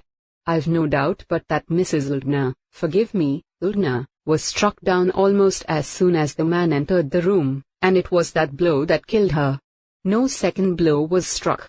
Otherwise she would have had time to call for help and make a real outcry. Still, I might have caught the murderer, said Miss Johnson. What time was this, mademoiselle? Asked Poirot. In the neighborhood of 1:30. It must have been about that time, yes. She reflected a minute. That would fit in, said Poirot thoughtfully. You heard nothing else, the opening or shutting of a door, for instance? Miss Johnson shook her head. No, I do not remember anything of that kind. You were sitting at a table, I presume. Which way were you facing? The courtyard? The anteroom? The veranda? Or the open countryside? I was facing the courtyard. 144. Murder in Mesopotamia. Could you see the boy Abdullah washing pots from where you were? Oh, yes, if I looked up, but of course I was very intent on what I was doing. All my attention was on that. If anyone had passed the courtyard window, though, you would have noticed it? Oh, yes, I am almost sure of that. And nobody did so? No. But if anyone had walked, say, across the middle of the courtyard, would you have noticed that? I think, probably not, unless, as I said before, I had happened to look up and out of the window. You did not notice the boy Abdullah leave his work and go out to join the other servants? No. 10 minutes, mused Poirot. That fatal 10 minutes. There was a momentary silence. Miss Johnson lifted her head suddenly and said, You know, M. Poirot, I think I have unintentionally misled you. On thinking it over, I do not believe that I could possibly have heard any cry uttered in Mrs. Lindner's room from where I was. The anteroom lay between me and her, and I understand her windows were found closed. 145. P. Q. In any case, do not distress yourself, mademoiselle, said Poirot kindly. It is not really of much importance. No, of course not. I understand that. But you see, it is of importance to me, because I feel I might have done something. Don't distress yourself, dear Anne, said Dr. Lindner with affection. You must be sensible. What you heard was probably one Arab bawling to another some distance away in the fields. Miss Johnson flushed a little at the kindliness of his tone. I even saw tears spring to her eyes. She turned her head away and spoke even more gruffly than usual. Probably was. Usual thing after a tragedy, start imagining things that aren't so at all. Poirot was once more consulting his notebook. I do not suppose there is much more to be said. Mr. Carey? Richard Carey spoke slowly, in a wooden mechanical manner. I'm afraid I can add nothing helpful. I was on duty at the dig. The news was brought to me there. And you know or can think of nothing helpful that occurred in the days immediately preceding the murder? Nothing at all. Mr. Coleman. 146. Murder in Mesopotamia. I was right out of the whole thing, said Mr. Coleman with, was it just a shade of regret, in his tone. I went into Hackney yesterday morning to get the money for the men's wages. When I came back, Emmett told me what had happened, and I went back in the bus to get the police and Dr. Riley. And beforehand, well, sir, things were a bit jumpy, but you know that already. There was the anteroom scare, and one or two before that, hands and faces at the window, you remember, sir. He appealed to Dr. Ldner, who bent his head in assent. I think, you know, that you'll find some Johnny did get in from outside. Must have been an artful sort of beggar. Poirot considered him for a minute or two in silence. You are an Englishman, Mr. Coleman? He asked at last. That's right, sir. All British. See the trademark. Guaranteed genuine. This is your first season? Quite right. And you are passionately keen on archaeology? This description of himself seemed to cause Mr. Coleman some embarrassment. He got rather pink and shot the side look of a guilty schoolboy at Dr. Ldner. Of course, it's all very interesting, he stammered. I mean, I'm not exactly a brainy chap. 147. P. Q. He broke off rather lamely. Poirot did not insist. He tapped thoughtfully on the table with the end of his pencil and carefully straightened an inkpot that stood in front of him. It seems then, he said, that is as near as we can get for the moment. If any one of you thinks of something that has for the time being slipped his or her memory, do not hesitate to come to me with it. It will be well now, I think, for me to have a few words alone with Dr. Ldner and Dr. Riley. It was the signal for a breaking up of the party. We all rose and filed out of the door. When I was halfway out, however, a voice recalled me. Perhaps, said M. Poirot, Nurse Leathern will be so kind as to remain. I think her assistance will be valuable to us. I came back and resumed my seat at the table. 148. Chapter 15. Poirot makes a suggestion. Dr. Riley had risen from his seat. When everyone had gone out, he carefully closed the door. Then, with an inquiring glance at Poirot, he proceeded to shut the window giving on the courtyard. The others were already shut. Then he, too, resumed his seat at the table. Bien, said Poirot. We are now private and undisturbed. We can speak freely. We have heard what the members of the expedition have to tell us but yes, Marceau, what is it that you think? I got rather red. There was no denying that the queer little man had sharp eyes. He'd seen the thought passing through my mind. I suppose my face had shown a bit too clearly what I was thinking. Oh, it's nothing, I said, hesitating. Come on, nurse, said Dr. Riley. Don't keep the specialist waiting. 149. P. Q. It's nothing really, I said hurriedly. It only just passed through my mind, so to speak, that perhaps even if anyone did know or suspect something, it wouldn't be easy to bring it out in front of everybody else, or even, perhaps, in front of Dr. Ldner.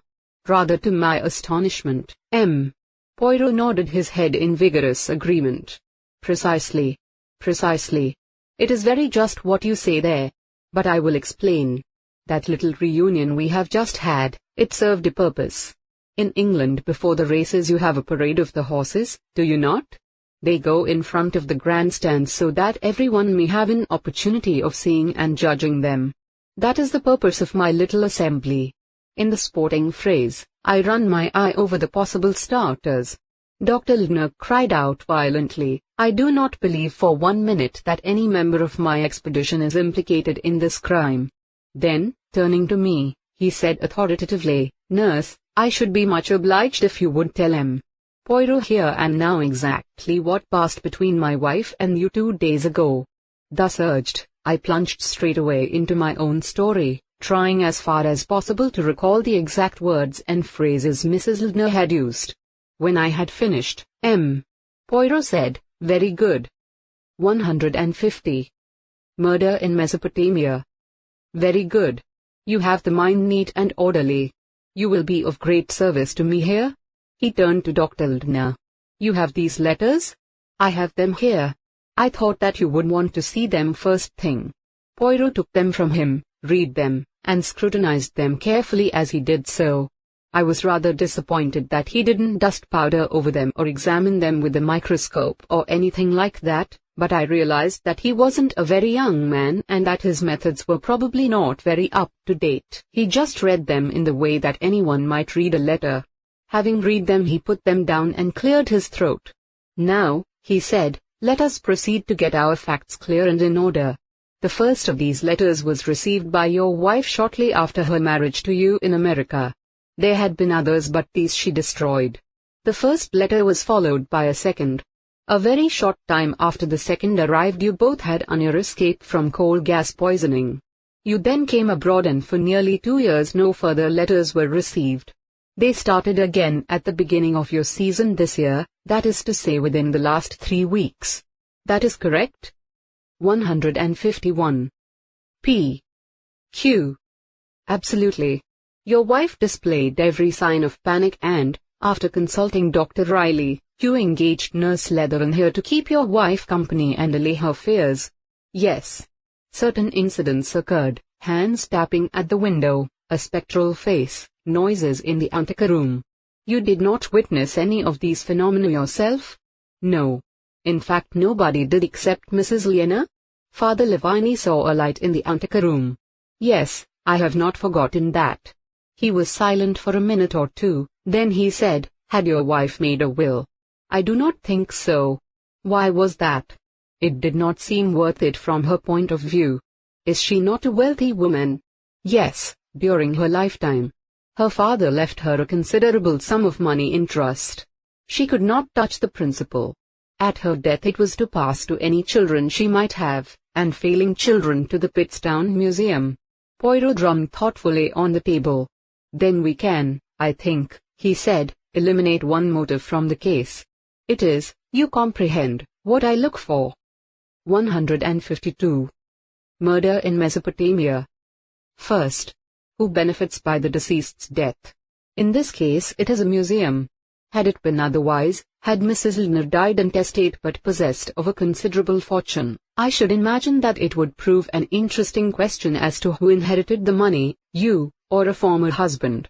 But there would have been this difficulty: the former husband would have had to resurrect himself in order to claim it, and I should imagine that he would then be in danger of arrest, though I hardly fancy that the death penalty would be exacted so long after the war.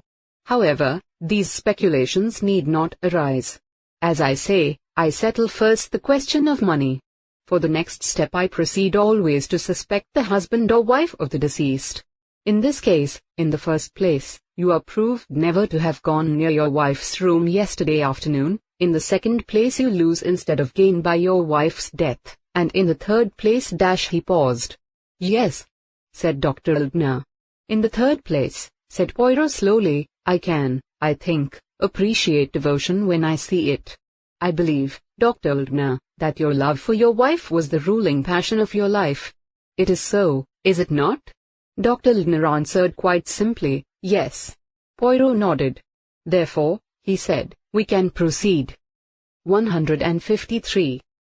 P. Q. Here, let's get down to it," said Dr. Riley with some impatience. Poirot gave him a reproving glance. "My friend, do not be impatient. In a case like this everything must be approached with order and method. In fact, that is my rule in every case. Having disposed of certain possibilities, we now approach a very important point. It is vital that, as you say, all the cards should be on the table. There must be nothing kept back." "Quite so," said Dr. Riley. "That is why I demand the whole truth," went on Poirot. Dr. Ildner looked at him in surprise. "I assure you, M. Poirot, that I have kept nothing back. I have told you everything that I know. There have been no reserves." "Tout de même, you have not told me everything." "Yes, indeed. I cannot think of any detail that has escaped me." He looked quite distressed. Poirot shook his head gently. "No," he said. "You have not told me, for instance, why you installed Nurse Leathern in the house." Dr. Ildner looked completely bewildered. "But I have explained that. It is obvious. My wife's nervousness, her fears." 154. Murder in Mesopotamia. Poirot leaned forward. Slowly and emphatically he wagged a finger up and down. No, no, no. There is something there that is not clear. Your wife is in danger, yes. She is threatened with death, yes. You send, not for the police, not for a private detective even, but for a nurse. It does not make the sense, that. Dr. Lindner stopped. The color rose in his cheeks. I thought he came to a dead stop. Now we are coming to it, Poirot encouraged him. You thought, what? Dr. Lindner remained silent. He looked harassed and unwilling. See you, Poirot's tone became winning and appealing. It all rings what you have told me, except for that. Why a nurse? There is an answer, yes. In fact, there can be only one answer. You did not believe yourself in your wife's danger. And then with a cry Dr. Lindner broke down. God help me, he groaned. I didn't. Poirot watched him with the kind of attention a cat gives a mouse hole, ready to pounce when the mouse shows itself. What did you think then? He asked. I don't know. But you do know. You know perfectly. Perhaps I can help you, with a guess. Did you, Dr. Lindner? 155. P. Q. Suspect that these letters were all written by your wife herself? There wasn't any need for him to answer. The truth of Poirot's guess was only too apparent. The horrified hand he held up, as though begging for mercy, told its own tale. I drew a deep breath. So I had been right in my half-formed guess. I recalled the curious tone in which Dr. Lindner had asked me what I thought of it all. I nodded my head slowly and thoughtfully, and suddenly awoke to the fact that Poirot's eyes were on me. Did you think the same, nurse? The idea did cross my mind, I said truthfully. For what reason? I explained the similarity of the handwriting on the letter that Mr. Coleman had shown me. Poirot turned to Dr. Lindner. Had you, too, noticed that similarity? Dr. Lindner bowed his head. Yes, I did. The writing was small and cramped, not big ungenerous like Louise's, but several of the letters were formed the same way. I will show you. From an inner breast pocket he took out some letters and finally selected a sheet from one, which he handed to Poirot. It was part of a letter written to him by his wife. Poirot compared it carefully with the anonymous letters. 156. Murder in Mesopotamia. Yes, he murmured. Yes. There are several similarities, a curious ways of forming the letter S, a distinctive V. I am not a handwriting expert, I cannot pronounce definitely, and for that matter, I have never found two handwriting experts who agree on any point whatsoever, but one can at least say this, the similarity between the two handwritings is very marked. It seems highly probable that they were all written by the same person. But it is not certain. We must take all contingencies into mind. He leaned back in his chair and said thoughtfully, there are three possibilities. First, the similarity of the handwriting is pure coincidence. Second, that these threatening letters were written by Mrs. Lindner herself for some obscure reason. Third, that they were written by someone who deliberately copied her handwriting. Why? There seems no sense in it. One of these three possibilities must be the correct one. He reflected for a minute or two and then, turning to Dr. Lindner, he asked, with a resumal of his brisk manner, when the possibility that Mrs. Lindner herself was the author of these letters first struck you, what theory did you form? Dr. Lindner shook his head. I put the idea out of my head as quickly as possible. I felt it was monstrous. Did you search for no explanation? 157. P. Q. Well, he hesitated. I wondered if worrying and brooding over the past had perhaps affected my wife's brain slightly. I thought she might possibly have written those letters to herself without being conscious of having done so. That is possible, isn't it? He added, turning to Dr. Riley. Dr. Riley pursed up his lips. The human brain is capable of almost anything, he replied vaguely. But he shot a lightning glance at Poirot, and as if in obedience to it, the latter abandoned the subject. The letters are an interesting point, he said. But we must concentrate on the case as a whole. There are, as I see it, three possible solutions. Three? Yes. Solution 1. The simplest. Your wife's first husband is still alive. He first threatens her and then proceeds to carry out his threats. If we accept this solution, our problem is to discover how he got in or out without being seen. Solution 2. Mrs. Ldner, for reasons of her own, reasons probably more easily understood by a medical man than a layman, writes her self-threatening letters. The gas business is staged by her. Remember, it was she who roused you by telling you she smelt gas. But, if Mrs. Ldner wrote herself the letters, she cannot be in danger from the supposed writer.